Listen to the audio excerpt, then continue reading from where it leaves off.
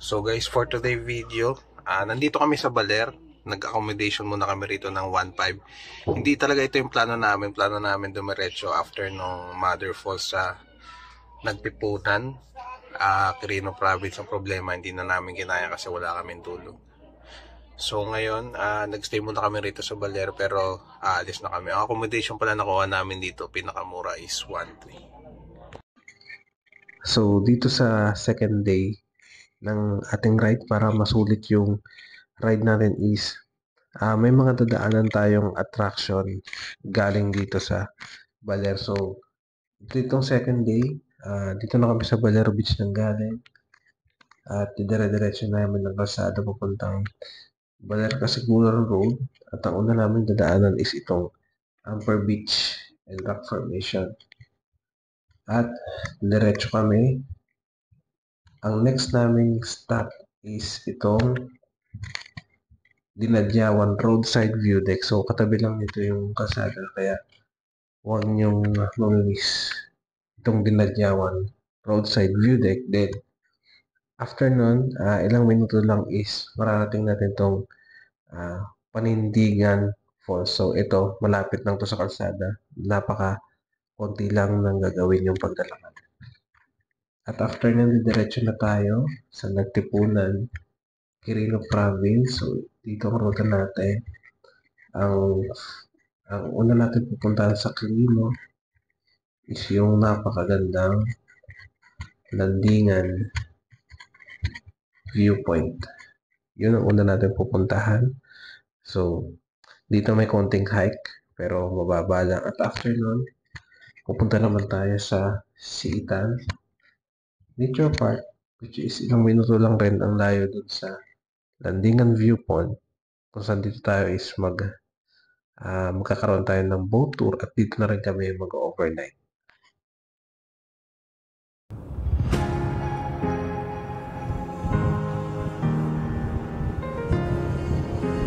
Palabas na kami ng Balera. Dito kami dadaan sa Baler Kasiguran Road. So kalsada ito hanggang Baler Kasiguran. So generally maayos naman yung kalsada. May mga park lang na mga inaayos pa, mga konting road.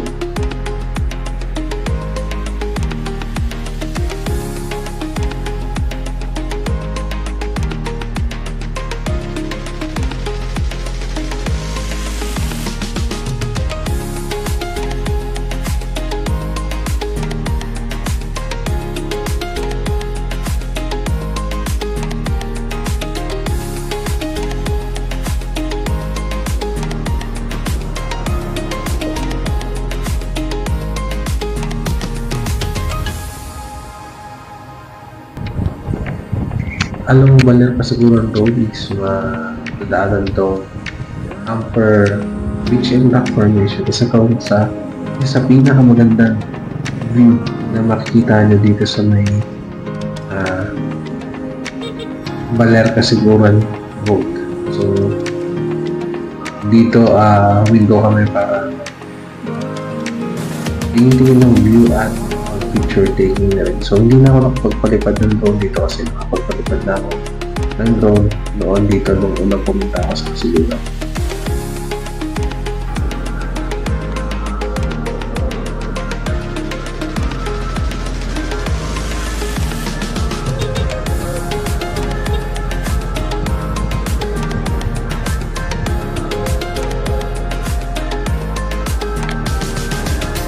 So tuloy-tuloy lang tayo dito sa Baler Kasiguran Road. So dito sa Baler Kasiguran Road, mapapansin nyo, napakaganda ng kalsada kayo. Mag-i-enjoy talaga kayong mag-ride at lumaan dito.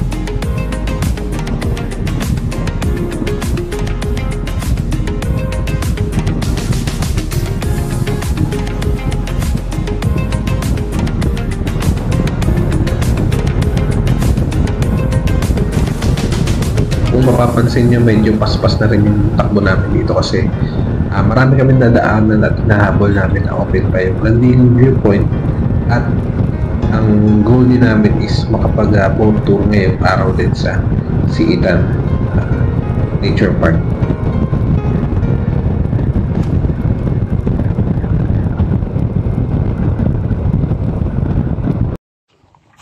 pag madaan kayo dito sa Dinadyawan. Baler Kasiguran Road, pag nasa Dinadyawan na park na kayo, huwag nyo kalimutan daanan itong Dinadyawan White Beach Viewpoint. So napakaganda ng view dito ng Dinadyawan White Beach.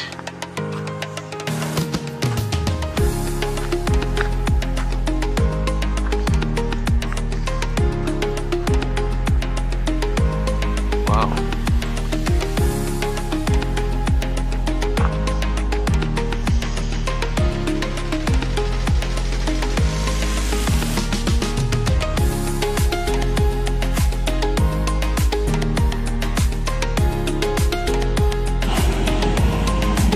Hindi nalalayo doon sa Dinadyawan na viewpoint is itong Parindigan Falls. So 10 pesos lang ang entrance fee dito. So maglalakad lang kayo dito ng 15 to 20 minutes ay mararating nyo na yung Parindigan Falls. Ganda ba yung sa Tagaytay?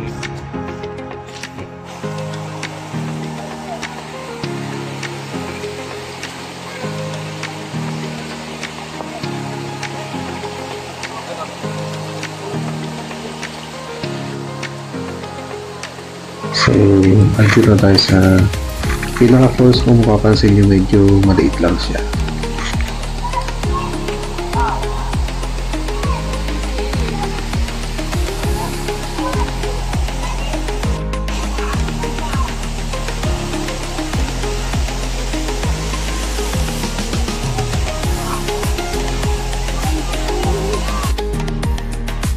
May mga signages para dito na nagtuturo na meron daw mga rock formation na na-curious ako, pinuntahan ko din.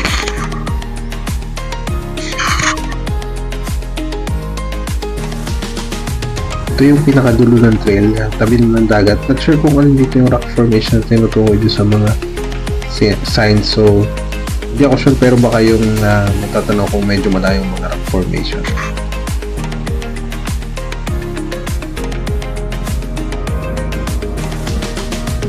So, back to the road ulit tayo guys dito sa may napakahabang Baler Kasiguran Road. So, kahit na mahaba-haba itong paglalakbay namin dito sa kalsada na ito is hindi nakakaboring kasi kung makikita nyo, napakadaming magagandang tanawin. At lalong-lalo na kung malapit sa dagat yung kalsada.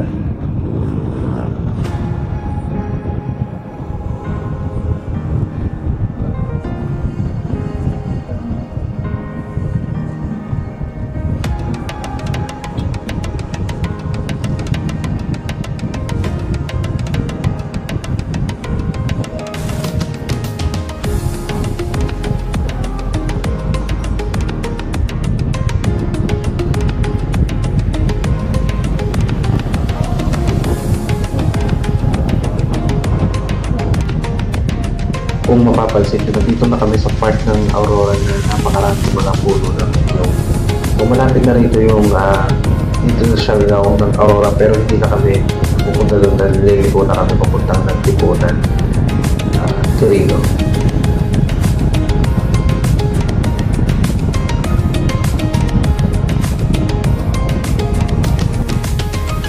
Hindi ko na nakunan ng video exactly yung pagliko namin, pero wala na kami sa Baler Kasiguran Road. So nandito na kami sa kalsada paakyat nung Quirino Province papuntang Nagtipunan. So simula pa lang, no, talagang matindi na yung dinanas ng motor ko rito kasi hindi ko in-expect na napakadaming paahon at sobrang curvy ng kalsada papuntang Nagtipunan, Quirino Province. Wag lang, motor ko!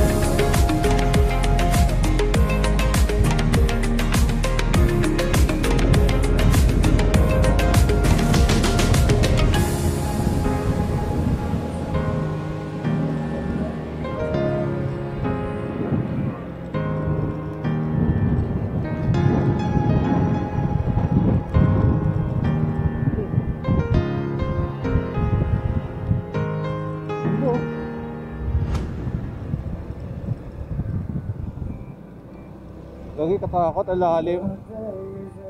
Gapang ang motor ko. Gapang.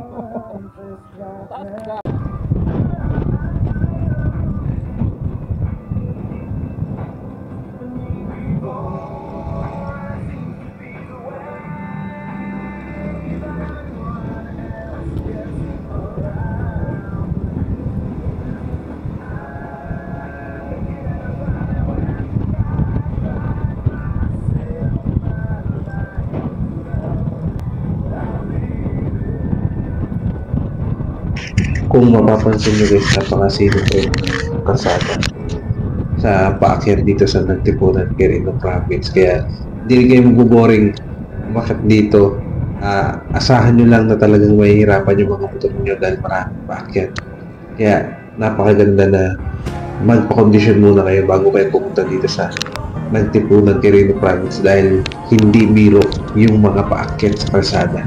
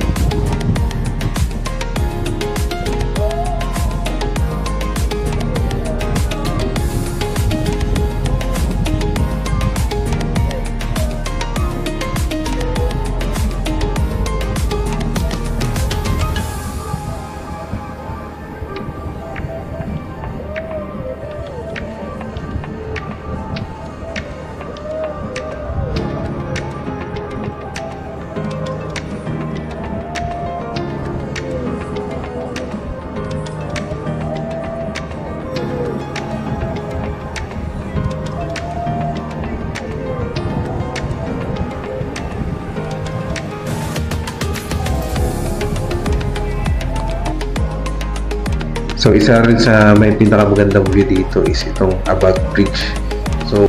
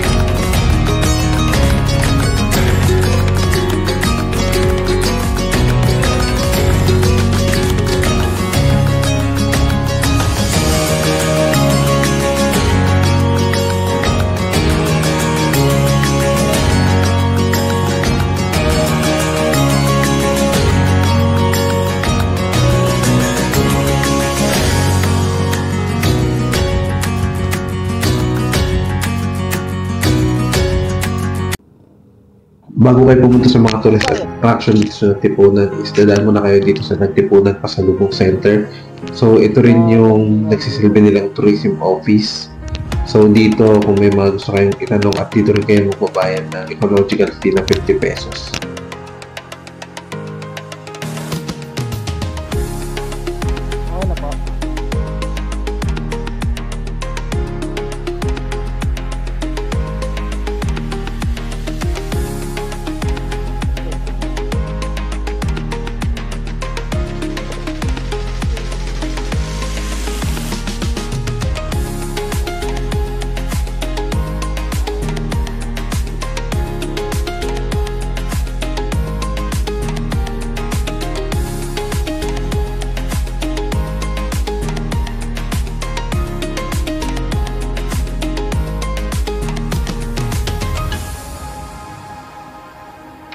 So, back to the road na ulit tayo after natin magbayad na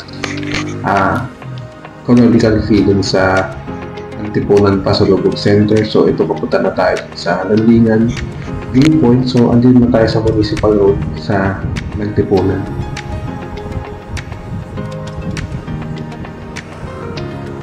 Kunting trivia lang dito sa Nagtipunan Quirino Province na natutunan namin dito sa Nagtipunan Pasalubong Center is napakadami pa ng mga tribo na katira dito sa Nagtipunan. Isa na nga doon yung Bugkalon, yung Agta, Ifugao, at meron din dito mga Ilocano. So, napaka-fascinating ng mga history at yung mga kultura dito sa Nagtipunan.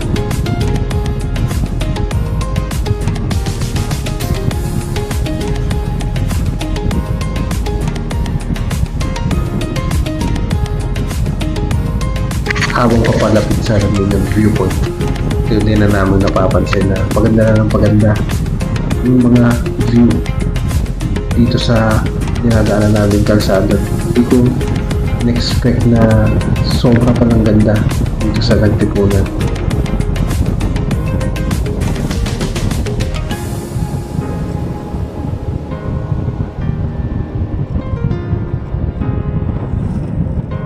Dito mo malalaman na napaka-underrated na lugar to kasi sobrang nahigitan niya expectation kapag dating sa kagandahan ng landscape, mga bundok, kabundukan at mga ilog.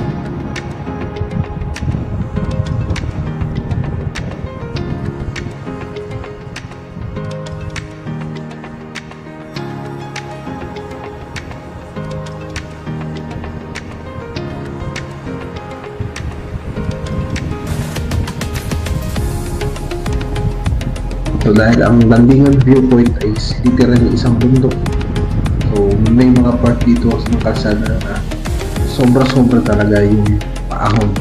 Pero kagandahan naman ng kalsada rito is talagang sementado siya, maayos ang pagkakagawa at walang problema.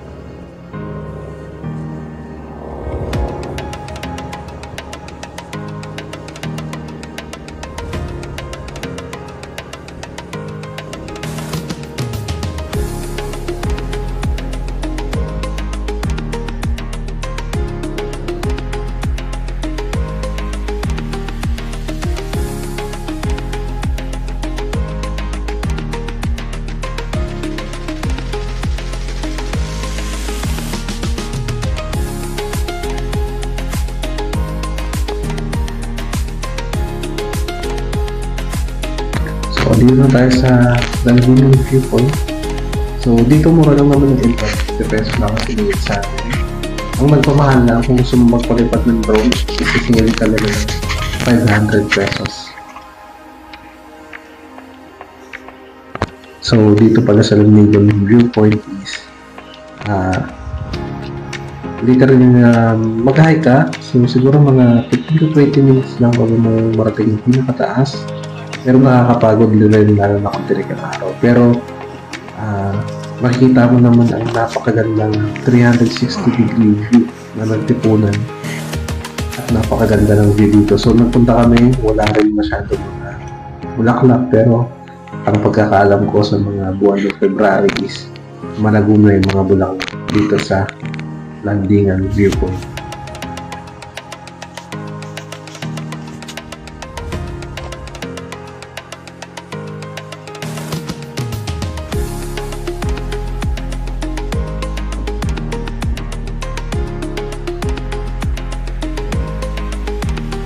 Diyan ako.